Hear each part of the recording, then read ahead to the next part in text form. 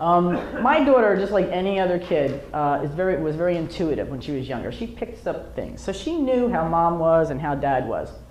But it was never so evident. One day she comes home and she tells us from school that there was a boy in school and she was playing with a shovel and he took it from her. So she looked at her father and said, so I hit him and I grabbed it back. And without skipping a beat, she looks at me and she says, but mommy, I sent him positive energy so he could find another shovel to play with. Anybody out there a parent of an only child? Onlys? Okay. We have to stand in solidarity, seriously, because I've heard that we are not really parents. And while I understand your more refined skills kick in when you have maybe 2 or 3, I mean, it doesn't take a genius to figure out who wrote on the living room wall, who left the front door open, or as the cat's going by, who painted the cat's tail red, right? The door might be a little bit difficult if your husband's home, but I'm not knocking on, I'm trying not to knock on guys tonight. But, you know, we have our own set of issues and problems. You know, we have one chance to get it right. I mean, think about it. Like, if you're, you know, you have one kid and ends up in jail, or what I heard recently, your kid gets kicked out of Harvard before they get in Harvard, you know? If you got one, you're done, right? But people who have 2, 3, 7 kids, you know, the ones who couldn't contain themselves in a bedroom, they got a lot better chance of turning out pretty good, right? So I know, like, someone says, yeah, Bobby, he's our son, he's smoking stuff that he shouldn't be smoking. There's kids here. And he's living in our basement. You know, he's not so good. But Julie, oh, she's got a great job, a wonderful husband, and her own apartment. I'd be like, yeah, that was my daughter who knocked over the 85-year-old lady and took her purse. But you got to see my dog. Does the best fit up and roll over you've ever seen. I was very lucky to get my 14-year-old neighbor to babysit my daughter this evening, not having to rely on my husband. Don't get me wrong, I love my husband, but when I get a teenager, I get out of the house a little bit quicker. My list of instructions goes something like this. My cell phone is on the refrigerator, call me if you need me. 7 o'clock is your snack, 7:30 is bedtime, and I'm out the door. With my husband, a little longer, a little bit more detailed. Does something like this. I have my cell phone on me. Don't you dare call me. Figure it out yourself. Putting sprinkles and whipped cream on a pint of Ben & Jerry's and sticking a spoon in it is not an appropriate snack for a 7-year-old. And my personal favorite, bedtime is not when you see my headlights coming down the driveway.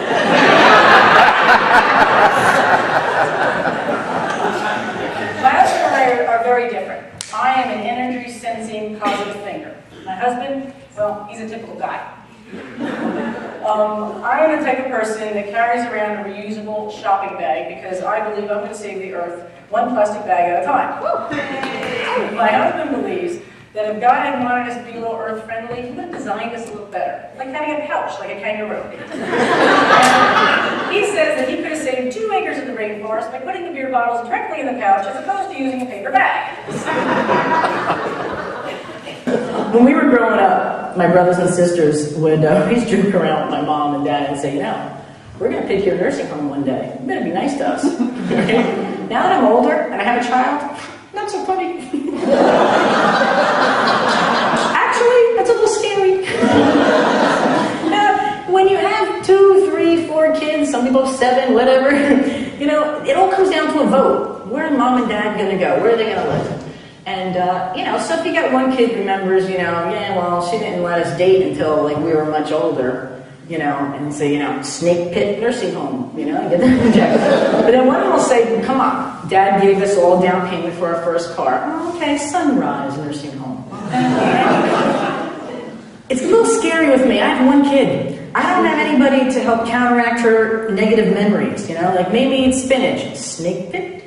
Maybe take flute lessons. Snake pit? Not about a date till I was 17. Snake pit, snake pit, snake pit. Now my husband gets a kick out of this. He says because his family averages age about 67 years old. Mine, we live to about 90 or so. And he says, I'm just going to be up in heaven, beer in one hand, remote in the other going, I told you you should have given her a cell phone. So this phrase actually came to me. I was 9 years old, and my mother, and some of you may know this, but my mother brought me to my bedroom, and because she wanted to teach me the proper way to make a bed with hospital corners. Is anybody aware of this sick ritual? Oh yeah, don't even clap, okay? So there I am, 9 years old, watching my mom, and I'm thinking, why does it have to be so neat? And her response to me was, well, what will people think? And my response was, are you kidding me? Who are these people? And what are they doing in my bedroom? So this added to my fantasy. I had this fantasy when I was a kid that my parents would go away. Not get maimed or killed or have a horrible disease, just go away. Come on, I know some of you had the same fantasy, right? So my fantasy would go something like this. I'm sitting on the couch and I'm watching the Brady Bunch. I guess I'm dating myself there, but yeah, I'm watching the Brady Bunch. And these people come to my door and demand to see my bed sheets. I bring them to my room, I throw back the bedspread, they gasp in the horrorness of it all, and take my mother away.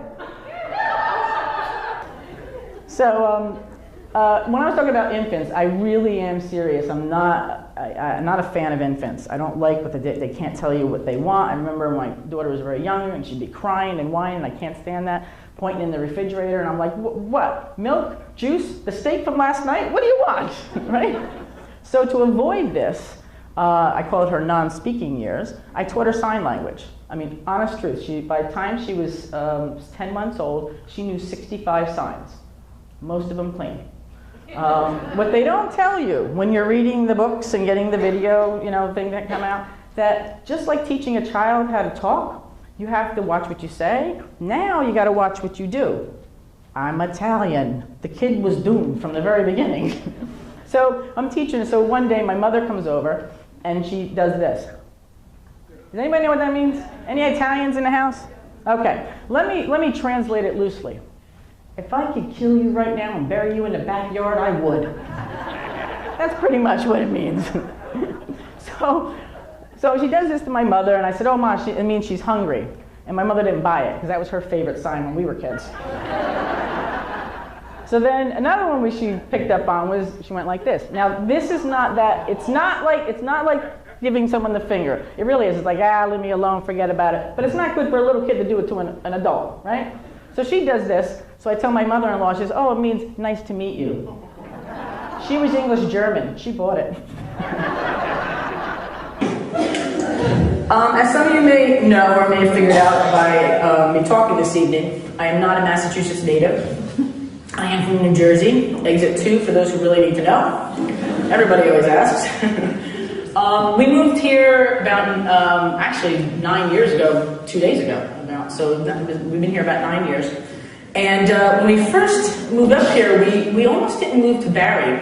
Barre was where we first encountered those signs you have all over your state, thickly settled.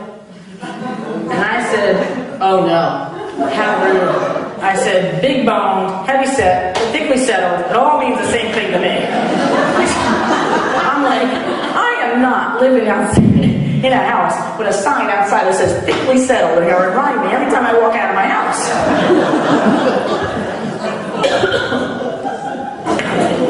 I'm thinking, it was basically the same concept when my husband and I were looking for a car. He wanted the Honda Accord XL so bad, and I said, there is no way that I'm having the letters XL plastered on the back end of anything I own.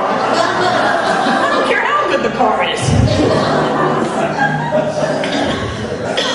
So you have to understand, I'm 3/4 Italian, all right? Most of my family is thickly settled, and that includes the guys. I want you to picture this. You got a can of Play-Doh. Take off the top. Dump the Play-Doh here. Take a gobstopper. Put the gobstopper right up top. That's what the women look like in my family by the time they reach 50. I'm thinking, there is absolutely no way that I'm going to invite my great Aunt Josephine over, little 4 foot nothing, over to my house. She'd see that sign, stick a hard salami in her purse, that she carries around just in case an antipasta breaks out, and beat me with it. And then, when someone, I mean, seriously, I was like, what is this sign? So someone explained to me, oh, no. It means that the houses are closer together. I said, are you kidding me? Have you